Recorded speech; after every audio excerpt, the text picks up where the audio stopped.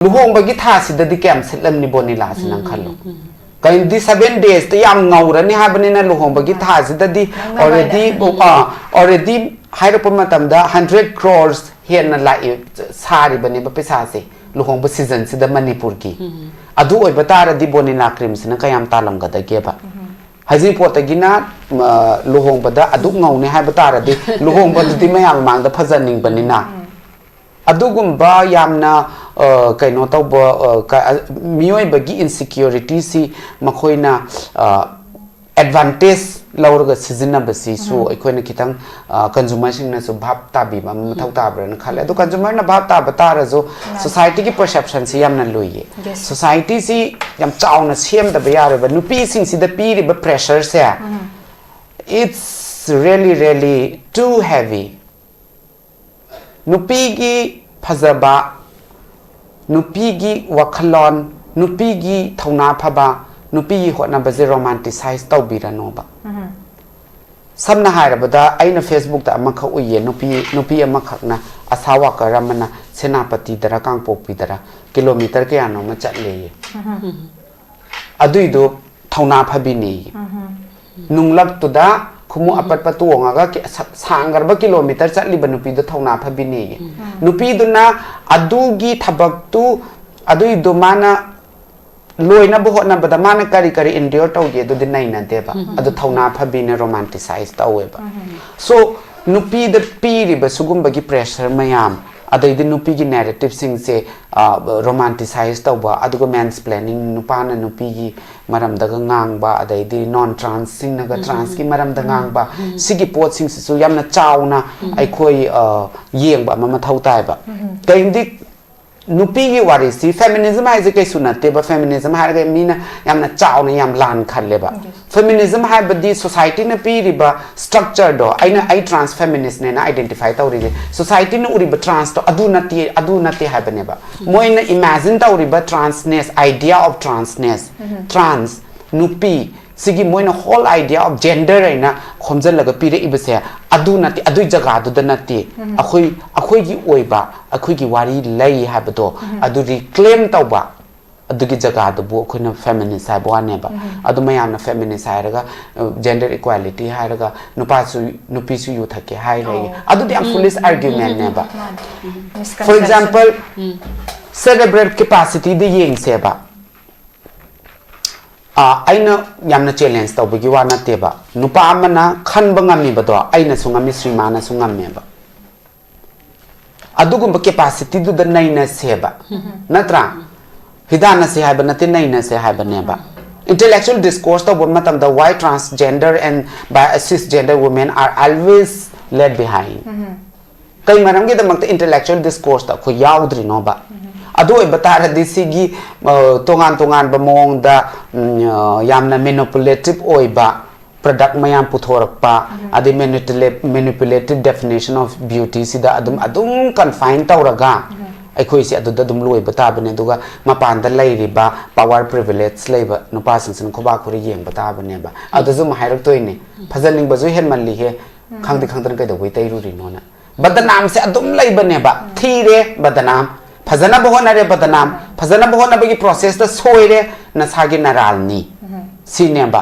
adudun every khongthang khudin the victimized to base aduna sigi voice de transgender women and nupi sing de voice tholapa mathau tai ba sidi akoi lairi khara pa ba akoi ngak ta na ngang na raga su kana roi ba grassroots level de gi so hawra ka da ba ne ba sigi move sidi adugumba pot ama ina tham okay so sigi yam phajaba yam comprehensive oiba idea thambi yam phajana akoi gi matam siga leidi yam ga hena nei ning hai tare hujiki akoi feminist ki idea akoi lana khan ba hai tare swai gi matang sidaida nupa ga nupi ga mana gadabani hai bisi karam different sing da karam area sing da mana gadab no ka hai bisi akoi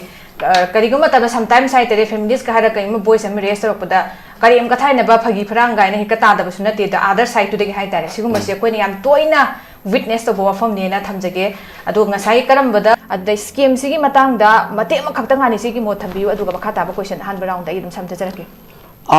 scammer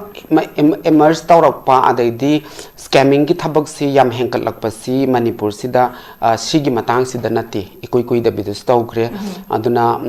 tongan maong da cosmetic scam gi wangak ta nata bida akoi gi ngasai gi kari ponzi scheme gi scam aduna scam si akona overall aigi miyeng di yang apa matam da di state ki economy state ki law and order ga yam mari le nei na khalle adu iduna state ki system sina moigi accountability si marik chumna pairak taba ade miyeng changak taba sina maram oiraga scammer si masing henkalakpa gi maram amani so aina dumaina haizaningi yam chumba poi phajaba wafam thambi sen aduga hojiki akoigi maruin harakana akoigi hojik tho ipong san tho iba akoigi fairness cream gi scam se masidaida it's been more than akoi kano haita sai thani helena tahi ani helena haida akoi loop amana su kaukalaga akoi sangna sidaida sengdokpagi warol amsu akoi media da su myam phongkre ado masida lakchaning bisise da sigumba kaino se society ki obsession with fair skin se sina loina leidiba praja all across the gender haida gender loina mak including transgender individual haidare stage the p basi obsession of fair skin se masigi kaino si masina kamain effect tawi masigi obsession sina bise kamain thambini masidi ekhoi sigi obsession si colorism maina malai adu yam naina ba mathau tai bleaching skin se bleach to base adu iduna sidi ekhoi gi yamna chaw ba ina khun balam singi moi gi beauty industry adai di cosmetic industry moi si promote tawna na bo hotna bada ekhoi gi Manipur gumba apik paji da machum du yaurak pane ba adu iduna ekhoi gi beauty standard hairapa matam da ujik si mai tai bagi fairness ki wangak tana mi khara amadi non surgical kaino bau tawna ra bani ba procedure mayam ama like botox kapi ade fillers kapi kai noi di moi gi masak to maintain tawna na ba aduna society gi chatna bi amoina laiba duga sigi pressure si societal pressure si kanana hiena phange ha ba matam da khogi nupi ade transgender women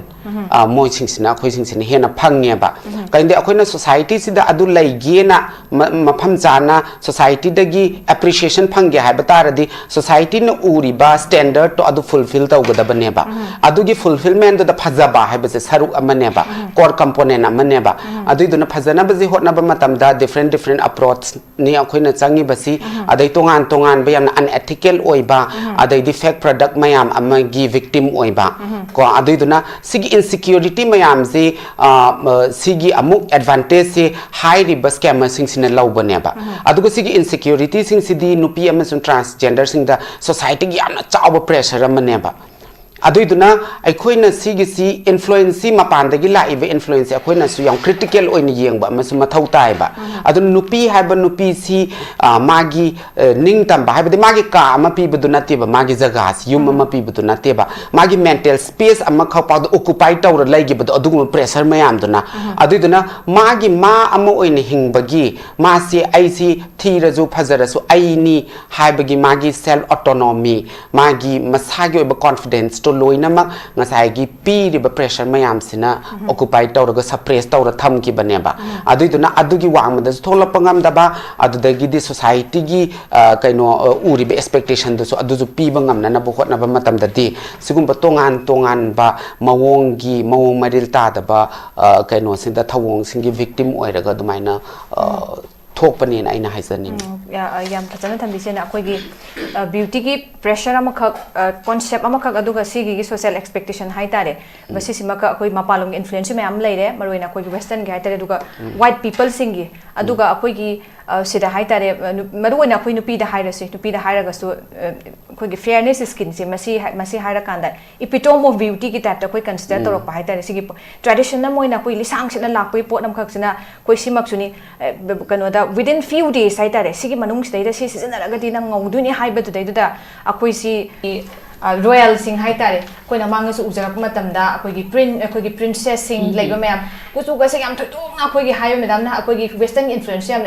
na ngawdana khotana thaina akoi gi photo yeng bi akoi gi features sing am na prominent na adu kasu oiram de haitare sigi evolution am kaksu lakpa aduga असुकी मते obsession ओरा कोसे art दनि खंगदे culture दनि खंगदे नुपी Saitha मतमदा ngौरगदि फजब नुपी कुचु तंगौबी कनि इसै सकपदा बोरसो अमदा बोइता सिगी कइनो खक्ता को influence चत मै pot अम खक लाखपसन सु mindset सिदा हाइतारे अदुम SIAM chown impact P बजाने आई चे Santa दम लांग ति सिगी मतंग दा कोगी marginalized gender haitare nupi itself is a marginalized gender ni aduga kogi transgender is a marginalized gender ni haitare transgender ki marginalized gender amoiba transgender study sigumba insecurity about appearance haitare sigi marketing de kayam transgender singi vulnerable oi kamai thambini Sidi yamna vulnerable oi habdi akhoi di kai hani transgender nupi se transgender nupi se akhoi na nupi ne na khala thola ine ba so biological nupi amadu moi da lai ba physical beauty do achieve taw na bo hot na bada akhoi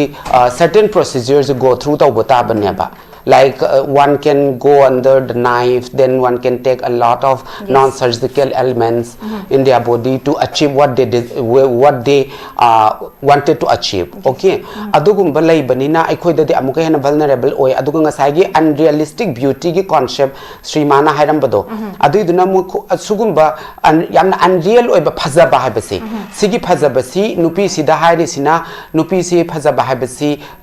nang nupa phangani haibane ba nang zara de nupa phangani nang luhongba phangani adu luhongba tara de nang angang po ani habane ba so nupi si akhoi na sigi phajabagi definition si da piri si nupi si object amane ba nupi si society gi object amane ba procreation gi adu da gi di nupa ni yeng ba nungai nam gi object amane ba sidal lai ri ba situation si da transgender su nupi rom de incline to banina akhoi na su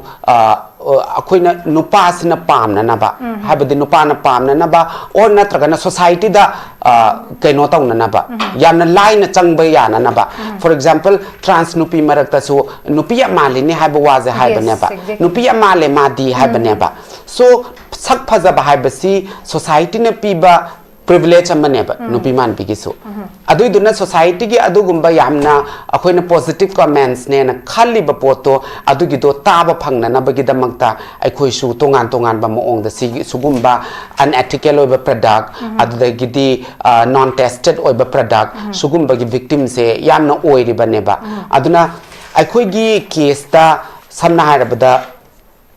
yamna chawa pharmaceutical industry singi huzik tawra iba gender affirming surgery ge se habedi sigi phabalai phatabalai if me duna pamza batara boidi ma chacha gi janoba ma chacha gi bi ai ma tawza gi bi but one has to have a very in depth understanding the person has to do a lot of research okay the implications that's coming along with the taking in of hormones adadi surgery tawraba matungda magi masada lakadaba change adagi magi effect mayam do khangadaba neba adubu akhoina adugi nupi haiba saktam do pamu banina hujikti hormones makta chare pharmacy da chatlaga masa self prescribe tawraga chaba mayam ama lairi baneba adugi duna karai jaga da solakani haibase khoi khangba nate only thing is like kaino yaksang maya naksal akanda hormones si magi chaga da ba chang do dagi hena chasan ba so same like aina hormones abase example oina pibagi wani aduga maite hidak ta oi batarasu yam thuna overnight ta ngauning ba yanga sagi Bonila cream gi haptam ta ngoso ngawi do adu maina matam amada su aina ningsing ba matam da more dagi products yam puthore ba more gi products se expiry date ka tha ba nate aduna maji hek tai ba pungau ngau doi ne ba aduna adugumba yamna kahani authenticate oi da product sing si akhoi gi community da ju season ba aduna khwaidagi sigi khudong thiningai oi ba community hara pata di transgender women and women sing se biological cisgender women sing se si yam vulnerable oi ba kaigini di aina ngasai jo haiza ba society na pi ri ba expectation do and standard of beauty do adugi jaga du yaudaba tara boidi ai si mi natre hairi neba masa matong da mi amagi laizari ba confidence hardly neba adu iduna nga sai gi mental space kai si mental space ai gi oiba ai gi ning tam na khan bagi ai na isa gi authenticity do ai na valid tau jaba kaisi yamna mathau tai ba aduna sidi yamna pick conversation amana ahong ba puro oiba adaidi ani subada nupi transgender si yenga pa matam da si aina literacy ge su yamna mari leina bra khalle ba srima kai noi di aikoina haire product si leire product si ta Dr. James tang thaba product to tai khala ini dana si loina makna lairi haita ba mi ngak ta na tai haiba su natre ba 9 crore gi turnover la iba potu na di lairi hai bi su dum nyawram manya ba moi yu obsession do aduga amuk lairi hai taba habdi pa ba thok taba kangbu sing sina karmai to ga habda nga sai gi advertisement gi adugi yamna false promises mayam the trap to gi bdo yes aduga aikoi na nga sai gi composition sing si pa bagi paraga aikoi na taining bagi taiga da bani hai bagi adugi kaino do bawta aikoi da loina ma aikoi de gi deprive to gi bdu ne ba so kayamuk yamna aikoi influence tawragi hai bdo adu iduna nga sai gi literacy hairapa matam sida aina lyric tu adu pa badu wa ngak tana teba isana khanga da bapot amakha isana literate oi illiterate oi bado la iba magi external force adu kimatik magi kenozi strong oi bana maram oi rakanda ai gi khangbam thokpa adai aina khanga da bapot sing do bawtu da adu gi du na overshadow tawrakanda ai ngau da bayadi ai phaja da bayadi na chakhi basine ba khwai dagi laibak thi bas yam phajana thambi se na hujiki yam phajaba point phajaba ngam tini jen thambi gi se khoi sinu pi je objectify torako to maya to bu khoi mayam na pambi na ba akoi gi transgender sing da so hai tare mayam adum yam chumi asma di nupi mali ni he hai base dum ngasai gi wahai je adum hai yam mali ma di mayam de smain hai post le na aduga aina marak that pad na te marak that pad na te bako aina so amak khalle bako phajana batawri se kana ge no hai banida yes phajana batawri se kana ge no ise yamna hangba ma mathau tai ba aina phajana batawri se ai harauna bagira ai isa je harauna bagira because aina aigi experience ta aina gender affirming surgery tawri se because my body demands it I had a very high gender dysphoria which was not able to tolerate so I had to go through that surgery but kanagumba amana di tongan ba motive amada tawbusu leiramgane ba aduiduna ai haibagi jaga si aikoina kayamu yamna impress tawrage aigi ningtamna khanbagi aina isabu isada thajabagi isabu nungsibagi sigi jaga se aikoi kayamu yamna mi amoina like for instance aikoina mental health ki term daga hairaga building a culture of self care kaise sigi pot se aikoi dadiyam leite ba duna phajari basi phajana bohona ri bisi kana ge no atopani yengba nungai na bagi damakta phajana bagi ke bu oi batara di amadu gi do yamna dangerous oi ba pot ne ba yamna khudong thiningai ne ba nang ke ninga di ki yo ba aisu ke ninga di ki gi but nang gi pukni wakhal na nungai na ba ki yo ba duga kiraga mi bu harau halaga aina nungai ba phangane habdi aran bo wakhal lon ne ba nupi su trans nupi su kai gi no habdi there are many other possible way to achieve happiness happiness harau bagi damak ta di mai ki adra so harau bam jaga yam leiba we have to explore that aduga phajaraga yum palaga kanagumba mana pamaga mi zamana khuba khurga phajai hairaga aigi phajabadu gi validate tawbuti adudi yamna lanba perception amane na aina dumaina haisani yam phajai segi yam phajaba ko gi wakhalone haitare aina keri ba masung aigi beauty se enhance tawning basic purpose sana khangbasi maktangai fadi habduni aduga maduna aigi mayam na gipen na ba just for outer appearance hai tere mayam se please tong na bi damakla natraga aina yamna that much extent hai tere du pok pakhalak pangam da ingon ai self satisfaction amasung ai self love hai tere isai gi damakta tawri bribe ani si deida compromise tong na pagi rumam khak lakta daga di ai adu di aran ba mak su oigene pot to su yam pajan thambi sen adugi hujiki male guest to mem na su pajan thambi to adu dong khala taw daga di sathi pot mem se koi hai tere isa se self se kau thora kan da adugi satisfaction dum khak pin na bu khona matam da kayam sathi ba khongthang mem la kholak ne se koi hai ba ngam dai tere mem se aduna aduni koi gi phajaba ngau bosi su hai tere ngau bosi hujiki concept of fairness se concept of beauty when oirapa aduga nupa sing dagi su hai tere angau ba nupi ne prefer taw ba adu dugi fulfill tang do moi gi expectation na to desire exactly ngau han na phona ra hai tere masa gi na ta mi gi oina aduga ba other dugi pen na ba to ra hai tere adugi potumu se ma chokba khongthang am lai aduga si social media advertising gi matang se ai se santa dam lak ji je khoi mem sinan su phasan thambi kare idea of beauty se social media amasung advertising sina chauba role am khala kan shape to wi sina aduna isigi meeting degi media campaign haitare sisina akhoi gi Bonila kring sisu dum leire akhoi social media da mayam yuon bu social media dagi ni flags to mayam se all across the state haitare loina mayam se khangna dai post sigi post sim su leire aduna akhoi gi marginalized gender sidai transgender sina fairness se fairness as an ideal haitare si promote tawna bo honara ko matam sida hairiba posina karamaina si hairiba khoi gi marginalized gender se di kamaina effect tawi sigi se akhoi nga sai dai nai na badana trans nupi trans woman and the cisgender woman haina naina bagi mahutta chauna naina ba ma thauta braina ina khalle ba kai gino ha badi sine effect tawri se akhoi trans natragana cisgender nupi ngak ta ju oiramoi ba bonila si sijina ba nupa su leiramne ba compulsory leiramne ba kai gino di fairness ha basi yam chauba global gi influence amane ba ngauba ha basi ngasai gi capitalism gi matang da ngang kre adai di white ki moi gi entertainment industry se promote tauna na ba like ngasai gi porn industry promote tauna na ba nupi gi body je kar mai na medicalize tauge kai se akoi Nestle gi ngasai gi huji sijina de Nestle company gi controversy ga la iba Pakistan da angang mayam ama kaino taudana mama gi sangom pi thakta badagi Nestle se promote tauna bo hot nabda nga mayam si bagi sang ba history am lai khredana adugi duna luri badi nga sai gi khoina laiba sapu ji da hoi women trans women na di hena so ambiya but nupa sing su sigi victim na ti habdi ya roiba kai gi noi di nupi gi na trans nupi sing gi na adu biological nupi sing gi na mapan thok le ba si mapan thok la pagi maram nam leiba akhoi dinga sai gi adum akhoi si society gi portray amoi na adum puthore eba phatta ba hai ba pot si tholop matam da samna ha da nupi ani khanara ga nupa na khuba khuri ni dana adugumba society ama da leiba ni na nupa sing gi wari dudi nupa cannot be emotional okay adu de moi de losal laga thamme ba adu ga nupi ngak ta de effect to ba adu maina ui ba trans nupi ngak ta de effect to ba adu maina ui ba for instance trans ki kai no de yenga sine trans ki narratives te yenga se ba trans nupi ngak ta si loimba visibilize te se kai gi no ba sugumba issue sida trans isu magi ani ne ba identity se trans men sing di kar gi puthorak no because they incline to masculine identity adudana overall sigi capitalism gi posina la iba saphujida beauty industry na kari role lawi haibasidi every gender khudi makta sopa pot ngakta ne ba mahabadi masam hauda ba mi nupa amana lohongam dai da samhap na lai ri tu ne ba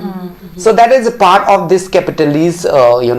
capitalism influence and this has been happening across the globe tabudabu nupi na hana mamang da puthorak pa gi wa ne ba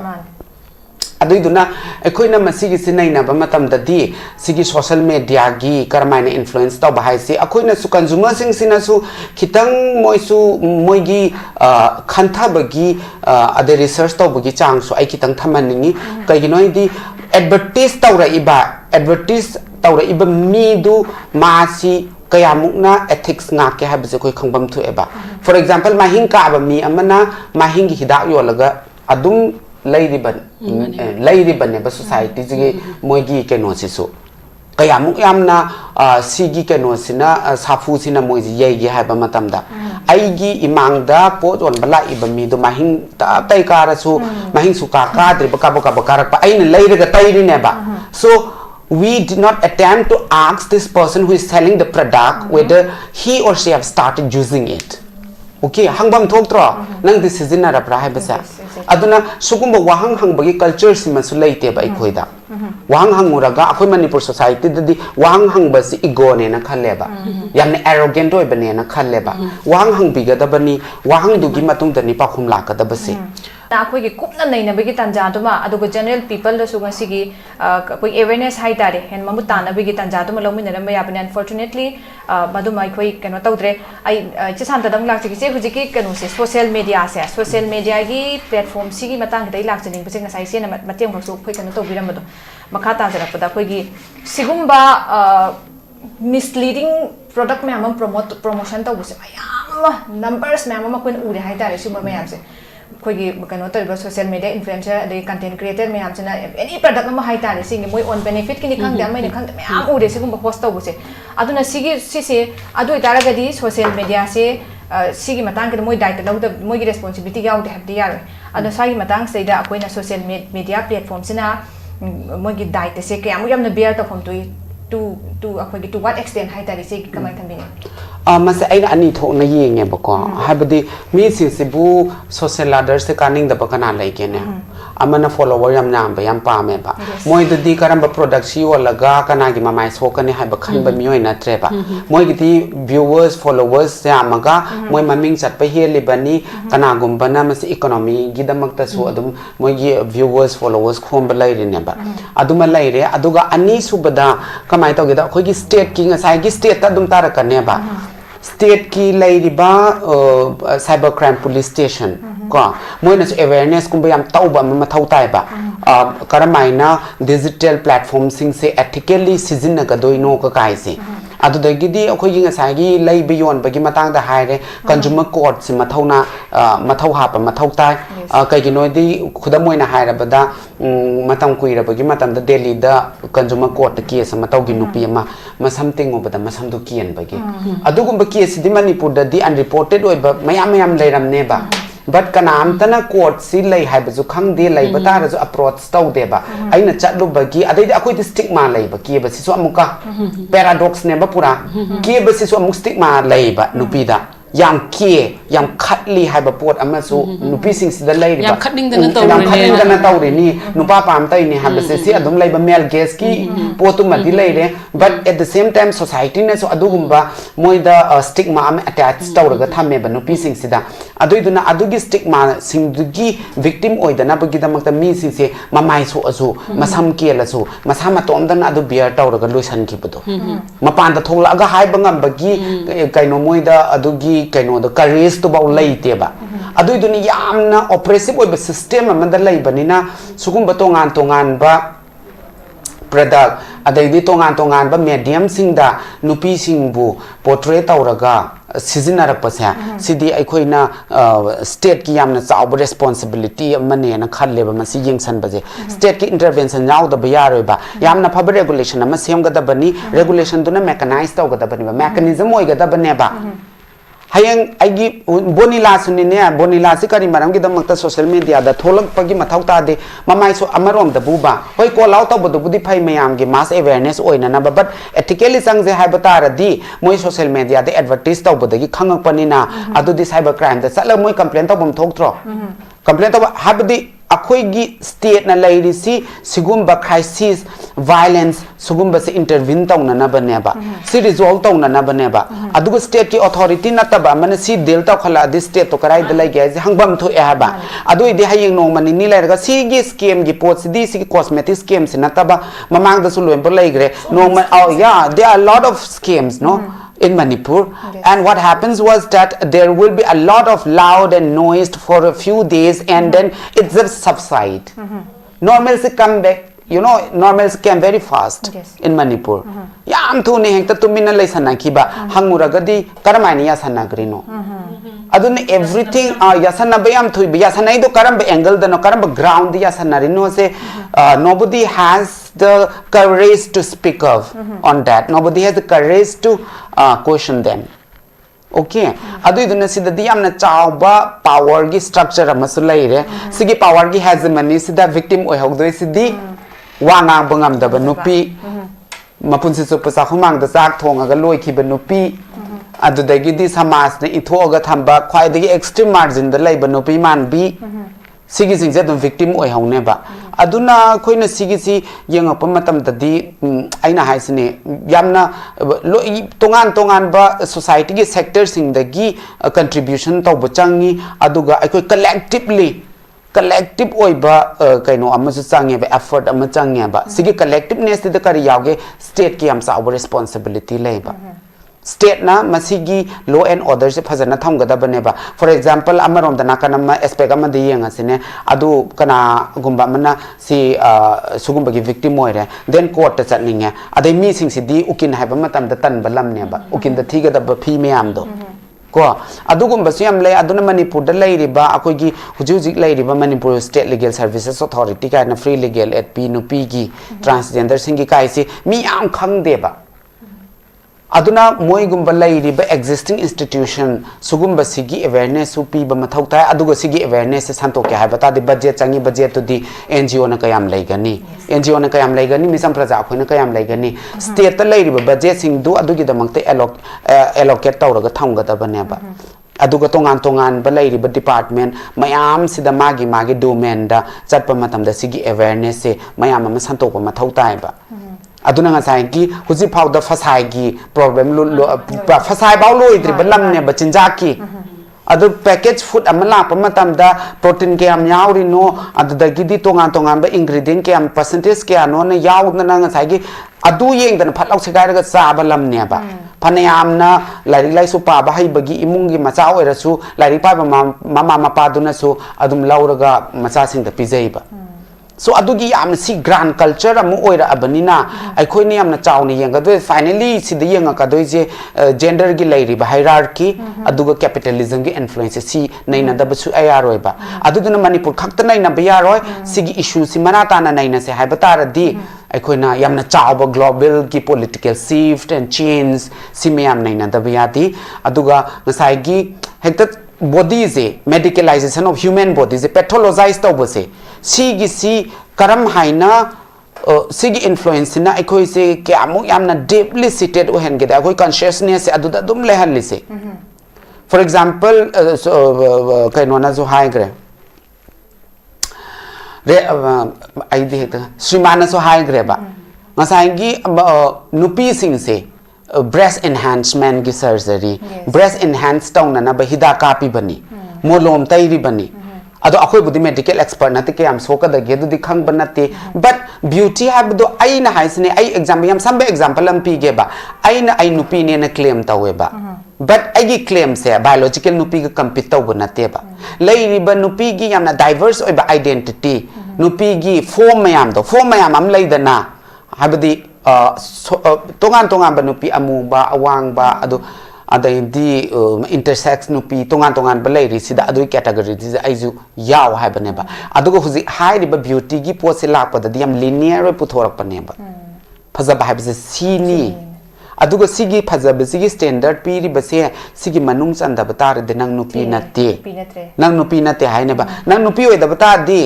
nang yum pan ba khangaroi lesabi ari bi oi ni chuk chara ni chuk cha ba hai ba pot sine ba mayam na pam drisi aduduna historically akhoi gi yengak pa matam da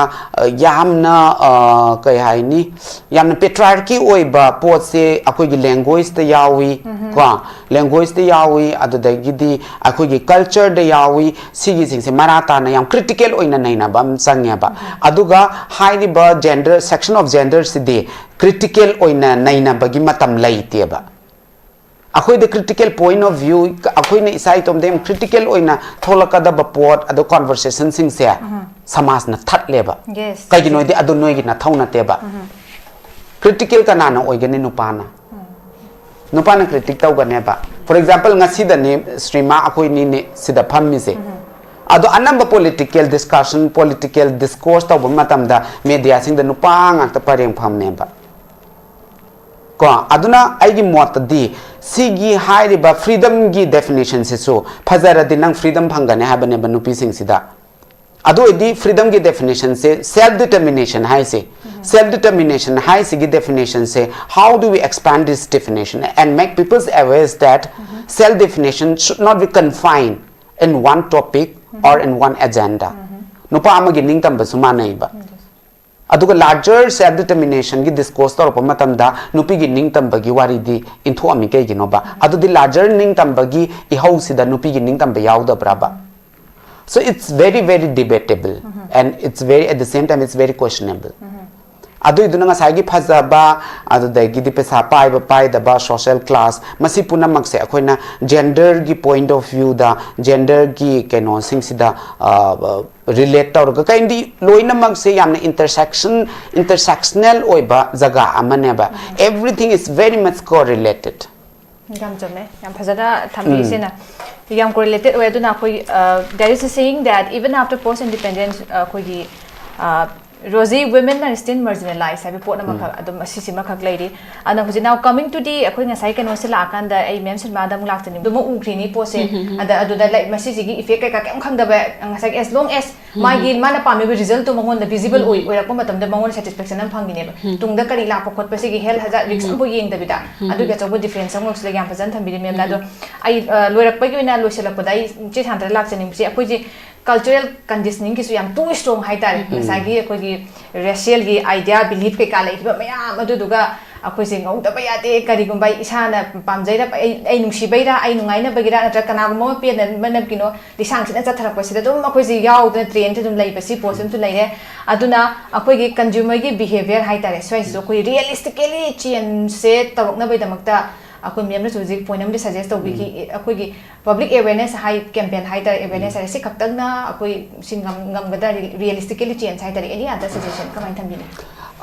masi consumerism ki pot se yamna difficult oiba aduga aina su I don't think I'm the right person to talk about this but having said that aina uba matam da di consumer sing se isana su educate tawba ma mathau tai kai gi noi di mayam na mass awareness tawra patara so kana kana akhodi yam economy so tha balam ni na mi sing se sigi awareness tawdori haiba matam da kai them phambi sing ka yam lak toi no ba luri badi khwai de gi vulnerable oiri sing di yamna laira basina oigar leba khara laira ba lower middle class sing se kai inde akhodi bojo society ni dana adu iduna adugumba society amada laibani na kana kana la aga ta doi no siamna loiba adagi akhodi peer pressure su yamna chat parlam ne ba khanga ba kana gumba amana mangau gre nang kai da wai tai tri no haiba sigi phajabi thibi gi dichotomy gi marak sida peer pressure am su lai ri ba adu iduna sigi lai ri ba structure sida karamaina akhoi na penetrate tawraga mi sing si educate tawdoi no aduga educate tawraba matungda like snowballing gi mo ong ni da habadi uji ki example da piro ne sisu education mo ong amane ba nupi amadu tholakpadagi bonila se loina factor ineba mayam da loi khanga ineba adumai tawdana akhangba mi amana yamna kai haini leiriba tongan ba society gi mafam sing adagi even including social media gi through da sugumba awareness se pi basi si su khara kana ga da ba male aduga abdi side by side loina mak changak pa ama mathau tai ba adu oi batara di sigi scam gi thabak si khara phaga da ba male aduga economy amarom the positive side ti yeng ba matam da ti sigi tholei ba scam se yamna akhoi da su economy assessment gi pot ama so aina u ba phangi ba streama kari gi no ha ba matam da mi sing se talent laita ba mi din oira roiba ha ba the existing kring khara mix tawraga ngau hala idu di at least this person had gone through certain level of study or certain level of have a good knowledge around what sort of cream would be mixed to get fairer guys say mo the khitang lai raba mi ne ba medical knowledge adu iduna sidi state na nga sai regulation semba sida dum taraka ne ba aduga sidi multi billionaire industry ama semba yare in state economy hen kala kadoi ne ba aduga at the same time sigi sina ekhoi da kayamuk yamna aingon da concern oi basi bonila lai khre bonila gi thodok se tholop matam da yamna authenticate oina ko tawriba small beauty entrepreneurs sing si kamai effect tawge se ayam concern oiba sapon sajaba lady ko adai du ji samna have the Magnus adai di Poco kaina ga advertise to ba khara lai ba perfume adu moi di lab testing tawdana moi gi real sing yang ba matam da yamna phajana taweba adu bu bonila sigi controversy sina moi gi economy da kamai effect tawrak toi sine tawrak kadagi ha ba se engon da concern oiba kai gi no di masiam chaw khreba ni na aduna state na yeng biga da basi lady but talent sing si karamaina properly season agadagi habase kai gi no di masidi mi khaktang kan entrepreneurs mayam da kana bagi wa na te ba entrepreneurship expand tawrak toini aduga alkhoi gi economy si sai thorak kadoi ne ba adu manipur da talent sing si karamaina season agi habasi state ki amna chawa failure mane ba state na recognize tawda bani state na regulation laita bani policy laita bani aduna maram oirakanda lairiba talent singse tongan ba maram sada mongda sisinarapani kaindi ngasai mayamna sunaina bada haigre yamna lairaba lamnina aigi pesa to tana na bo khotnarakpada afaba phattaba si tungoina rambane ba adaidi at the same time karino haba matamda ngasai gi phajabagi standard to coming back to this particular topic phajabagi luhong bagi tha sidadi kem setlamni bonila sinang khalo kain di 7 days te yam ngaurani habani na luhong bagi tha sidadi already haira pamatamda 100 crores here na lai sari bani ba pesa se luhong ba season sida manipur ki adu oi batara di bonila cream sina kayam talam ga da ge ba haji potagina luhong bada adu ngaune ha batara di luhong bada di mayam mang da phajaning banina adugumba yamna kaino tawba miyoi bagi insecurity si makhoina advantage laurga sizina basi so ekoina kitang consumer sing na so bhap ta bi ma mathau ta bran khale adu consumer na bhap ta batara jo society ki perception si yamna loye society si yam chauna sem da bayare ba nupi sing si da pi ri ba pressure se it's really too heavy nupi gi phajaba nupi gi wakhalon nupi gi thauna phaba nupi gi hotna ba je romanticize taw birano ba samna hairabada aina facebook ta amakha uye nupi amakhakna asawa karamana senapati dara kangpokpi dara kilometer ke ano ma chatle aduido thauna phabini nunglak tuda khumu apat patuanga ga sangar ba kilometer chatli ba nupi do thauna phabini nupi duna adugi thabak tu aduido mana loina bo hotna bada mana kari endure tawje do dinai na deba adu thauna phabina romanticize taweba so nupi the piri ba sugum bagi pressure mayam adai di nupi gi narrative sing se romanticize tawba adugo mansplaining nupana nupi gi maram daga ngang ba adai di non trans sing naga trans ki maram da ngang ba sigi pot sing su yamna chauna ai khoi yeng ba mama thau tai ba kaindi nupi gi warisi feminism hai je kai sunate ba feminism har ga mina yamna chaw na yam lan khalle ba feminism hai badi society na pi riba structure do ai trans feminist ne na identify ta uri society na uri ba trans to adu nati hai bane ba moina imagine ta uri ba transness idea of transness trans nupi sigi moina whole idea of gender aina khomjal laga pire ibase adu nati adu jaga adu da nati akhoi gi oiba akhoi gi wari lai habado adu reclaim tawba adu gi jaga adu bu khoina feminist sai bwane ba adu mayam na feminist sai raga gender equality hai raga nupi su yu thake hai rai adu the foolish argument ne ba for example cerebral capacity de yeng se ba aina yamna challenge tau bagi wana teba nupa amana khan bangami bado aina sungami srimana sungame ba adugum capacity du da naina seba natra hidana se haba nati naina se haba neba intellectual discourse to bon matam the why transgender and cisgender women are always led behind kai maram gi da mak intellectual discourse ta ko yaudri no ba adu e batara disigi tongan ba mong da yamna manipulative oiba product mayam puthorakpa adi manipulative definition of beauty sida adum confine tawraga akhoi si adu da dum loi bata bane duga mapan da lairiba power privilege leiba nupa singsin khoba khuri yeng bata bane ba adu zum hairak toine phajaning ba ju hen manli he khangdan kai da wei tai ru ri nona badanam se adum leibane ba thire badanam phajana bohona re badanam phajana bohona bagi process da soire na sagi naralni sineba adudun every khongthang khudin the victimized tawbase aduna sigi voice de transgender women and nupi sing the voice tholop mathau tai ba